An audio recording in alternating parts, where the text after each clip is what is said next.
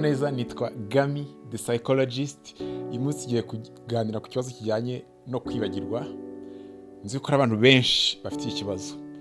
Nshaka navuga yuko ari abantu hafi ya bose. Kubera iki? Hari ibintu byinshi bishobora gutuma abantu batibagirwa.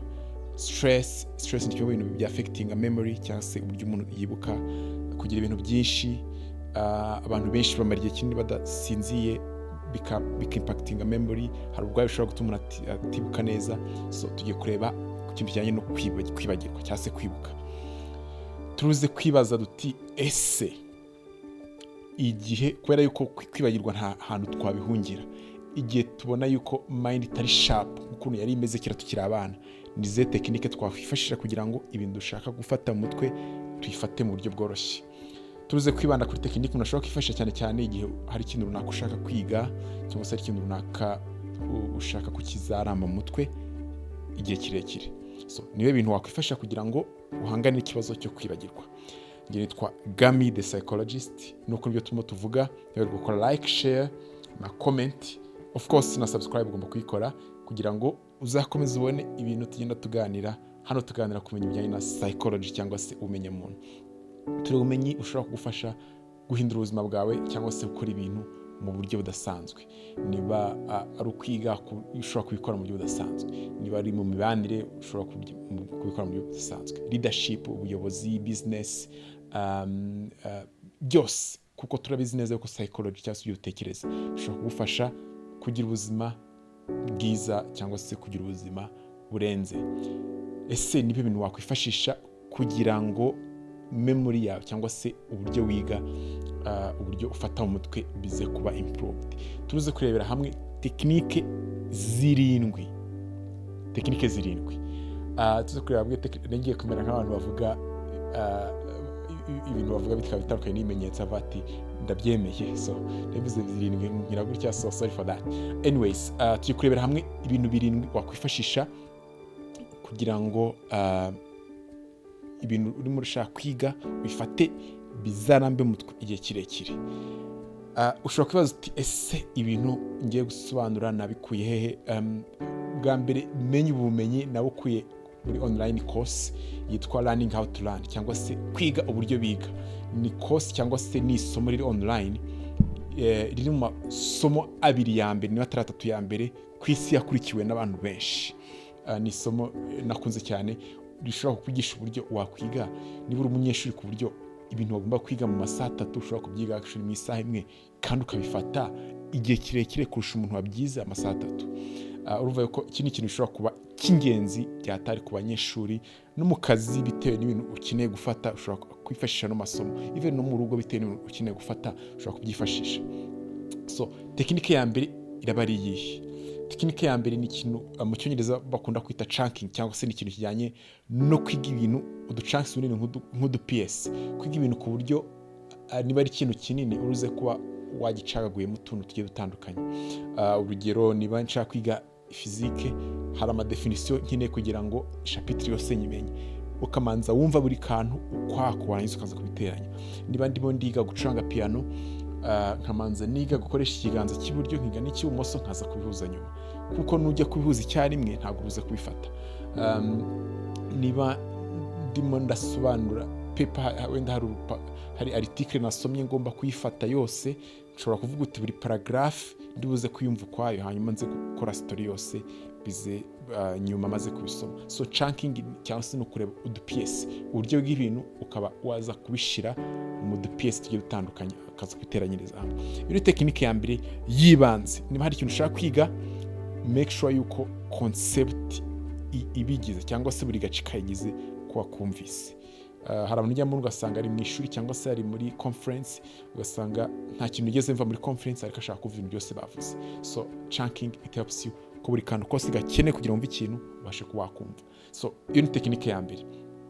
Tekinike ya kabiri, ndetse n'ikiza ko nafite akamaro karenze, ni ikintu kijyanye no gusubiramo ariko washizemo strategy y'igihe uri buze gusubiriramo.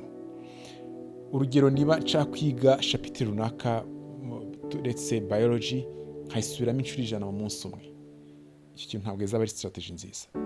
Ikintu gishobora kumfasha, niba nyize nonaha, reka nongere kubisubiramo nimugoroba ngiye kuryama, cyangwa se nzongere nyisubiremo ejo mu gitondo. Niba nayisubiyemo kabiri nikurikiranya, reka nzongere kuyisubiramo nyuma y'iminsi 4 cyangwa nyuma y'iminsi 3. Gukora repetition cyangwa se gusubiramo ibintu ugomba kwiga ariko wagiye ushiramo umwanya uri reasonable. Njya mbibona nka website imwe aho bakubwira bati kugira ngo tugufashe kwibuka password tuzaye tuyiguha rimwe na rimwe wisubiremo kugira ngo ugire uyibutse utazayibagirwa. Ugasanga nkimara gushiramo password buri uko ngiye kuri website bari kumbwira gushiramo password, ariko nyuma y'iminsi 3 ugasanga bayimpaye nka rimwe mu masaha 3, nyuma y'igihe runaka bakayimpaye rimwe mu minsi 5. So barimo barakoresha iyi principe ya space repetition cyangwa se gukora ibintu ugashiramo umwanya kugira ngo uzabase kubyibuka, ariko umwanya ugenda uwahindagura mu buryo buri strategique. Urugero, niba mfite examen nka nyuma y'amezi 3, nshobora kwiga ikintu minsi ya mbere nkakiga nikurikiranye, umunsi nkakiga mu gitondo, nimugoroba nkasubiramo gatoya, ejo nkakiga nkasimbuka iminsi 2, ku buryo mu kwezi kwa nyuma nzakiga nk'inshuro 2 gusa. So that's spaced repetition. So reka turebe indi strategy ya gatatu. Iyo ni ikintu kijyanye no kwitesting cyangwa se kwiha ibizami aho kugira ngo usubiremo ibintu. Nubwo navuga ngo gusubiramo ibintu ni tekinike nziza iyo washizemo umwanya, ariko uburyo ubisubiramo nabwo burakonta cyangwa se bugira agaciro. Niba usubiramo ibintu ubisoma gusa, iyo niyo strategy mbi ya mbere wakwifashisha ushaka kugira ngo wige. Icyo gihe ntabwo memory uzaba uri kwifasha.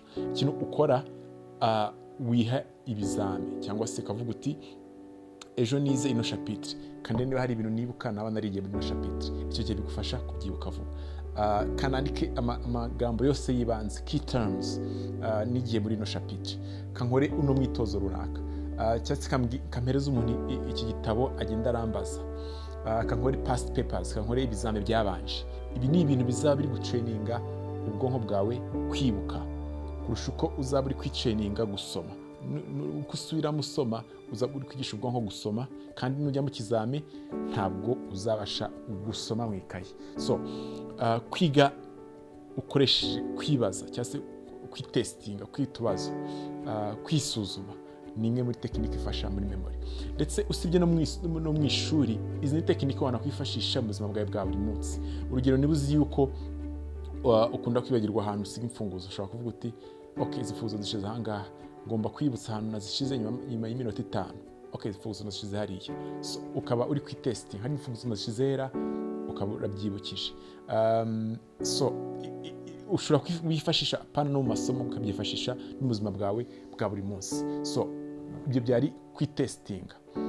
Indi tekinike ya 4, ndakeka tugeze kuri tekinike ya 4. Tekinike ya 4 y'ingenzi nkunda cyane ni ikintu kijyanye no kwiga guhindura igihe uri gufata ibintu n'igihe uri buze kuri digesting cyangwa se ukabireka bikizana mu mutwe nta effort washizeho. Babyita focus learning. Uri focus uri kwiga, na diffuse learning cyangwa se waretse ibintu ngo gizane mu mutwe ubwonko bwawe bubinyuremo utabishizeho imbaraga. So ini tekinike ifasha cyane kugira ngo ibintu bivane muri short term memory cyangwa se ku bwonko bwibuka ibintu by'igihe gito bijyanye muri long term memory, kugira ngo ibintu bibike ahantu kure uzabyibuka. Kuvuga ngo niba ndi kwiga, tuvuge ndimo ndasoma ibintu runaka, ndi focused learning, kugira ngo ubwonko bwawe buzibuke cyangwa se kugira ngo uzarinde ko ibintu byibagirwa, nuko uzagira umwanya uri gukora ibintu bidasaba imbaraga, ubwonko bugatangira gutekereza bya bintu wahoze uriga. Usiko nahoze ndi ibi bikizana mu mutwe nta effort, nta mbaraga bishizemo. Iyo bari diffuse learning. So imwe muri strategy yo kwiga igufasha kwibuka ibintu ni ukwiga uburyo uza kugira opportunity zo kwiga uri focused no gukora ibintu bizo gutuma activating diffuse learning cyangwa se kwiga utabishizeho umutima. Kwa kundi ushobora kwigendera mu nzira n'urugero, cyangwa se ukaba uri gufura. Hari abantu bamwe diffuse learning iza ari nko kumva music cyangwa se akajya muri sport. Hari ibintu byinshi ukora ku buryo ibintu bize bitangira kuza mu ntekerezo, cyangwa se kwicara nta kintu uri gukora. That also can provoke diffuse learning, bityo ushobora gutuma diffuse learning cyangwa se kwiga utabifite umutima biza. Iyo ni indi strategy ushobora kwifashisha igatuma ibintu wize uza kubifata byoroshye kandi bikakumaramo igihe kirekire. Gusa abantu nkunze kubona bakora ni ukwiga ku munota wanyu, mugasanga afite amasaha 10 yo kwiga, nta kanya ari buze kubona aho kuruhuka. Ibyo bigabanya amahirwe ya diffuse learning. Cyangwa se ugasanga umuntu arize avuye mu kintu kimwe atajya mu kindi, ntabwo yigeze abona kanya ko kugenda n'amaguru, ntabwo yigeze abona umwanya, cyangwa se ajya mu zindi activity, gukina ama games, cyangwa se kujya muri parties, ntabwo yigeze abona umwanya wo gutuza, cyangwa se kugira ngo agire amahirwe yo guha ubwonko bwo kuza ibintu yize.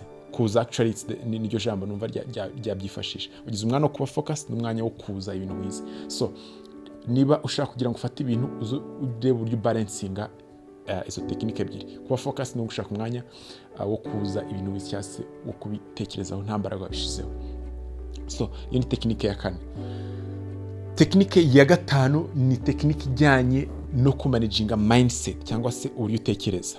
Ahangaha iyo tukivuga mindset tuhita dutekereza ikintu kijyanye na growth mindset. Ya mindset nigeze gukora video ijyanye n'uburyo dutekereza kuri challenges, cyangwa se ku bintu bitubera nk'imbogamizi, dutekereza ku bintu bijyanye no kwiga.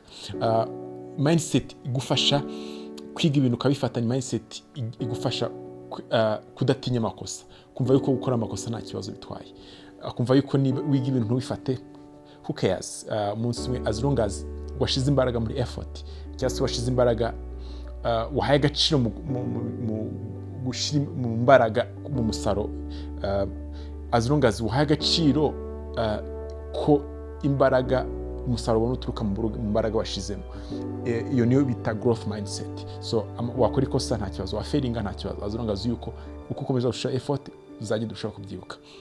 Abantu benshi birengagiza akamaro ka mindset, ariko mindset ni ibitekerezo byinshi bituma ukora ikintu runaka, bituma ukora akantu kose gakwiye kugufasha kugira ngo wibuke mu buryo bworoshye, ufate mu buryo bworoshye, bitume nutsindwa utari buze gucika intege, ukagira emotions zitari nziza zigatuma umara igihe kinini utari kwiga. So mindset nacyo ni kimwe mu bintu tugomba gukora, imitekerereze.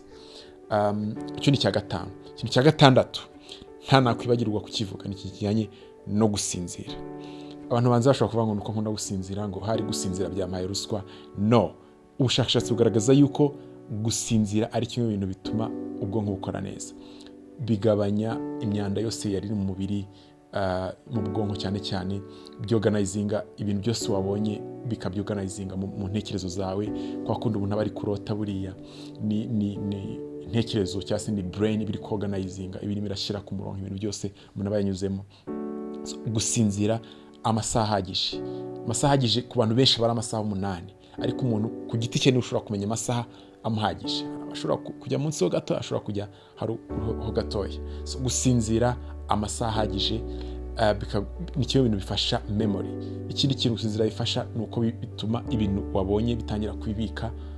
Twavuze ko bishobora gushira ibintu ku murongo, nkuko kubishira ku murongo ushobora gutuma ibintu wize bibasha kubishira muri long term memory, cyangwa se muri memory igihe kirekire, kuburyo igihe cyose uzabikenera uzabasha kubibona, kujya accessinga. So gusinzira ni kimwe mu bintu bigufasha. Usibye gusinzira kuba byagufasha no kwibuka, binagufasha no kwiga ku munsi ukurikiye. Umuntu utasinziye neza ntabwo abasha gukurikira. Ushobora kurambika akantu ntukibuke, kubera yuko ntasinziye neza, ntabwo ari alert, ntabwo rukangutse neza. Gusinzira bigabanya stress ni kimwe mu bintu bishobora guhungabanya uburyo wibuka. So gusinzira reka tubyiteho. Ikindi kintu cya nyuma, of course, gifitanye isano no gusinzira, ni kijyanye na siporo, cyangwa se gukora imyitozo ngororamubiri irwanya stress. Siporo ikangura hormone, cyangwa se imisemburo myiza ituma wiga mu buryo bworoshye, ugira motivation, uba alert, ugira attention. Bitewe na siporo ubwo ari bwose, hari siporo nka za yoga zifokasinga kuri mindfulness, ku buryo impact kugira mu kurwanya stress biri hejuru isumba izindi.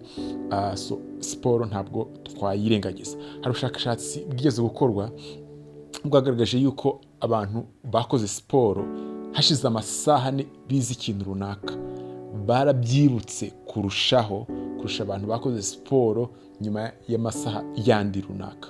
So ni ikintu kigaragaza yuko siporo ushobora no kwifashisha kugira ngo wibuke ibintu as a strategy. Niba wize ibintu ukavuga uti niba nibize ibintu nka saa 7, saa 10 njya gukora siporo, ibyo bintu nize icyo gihe ndaza kubyibuka much more easily. Bishobora kuba bifitanye isano na ya diffuse learning, kwa kundi ushobora icyo gihe wakoraga siporo utangira kwibuka ibyo bintu kubyuza, ushobora kuba bifitanye isano ntawamenya, ariko ubushakashatsi nicyo bwagaragaje. So siporo kwifashisha haba mu kurwanya stress, mu gufasha mu kugira ngo wige no kwifasha kugira ubuzima bwiza, byagufasha kugira ngo memory yawe cyangwa se uburyo wibuka bashe kuzamuka cyangwa se kuba byiza kurushaho. Izo nizo tekinike 7 twakoresha kugira ngo twibuke ibintu neza dushaka kwiga. Ngiye nitwa Gami the Psychologist, reka tuzongere kubonana ubutaha.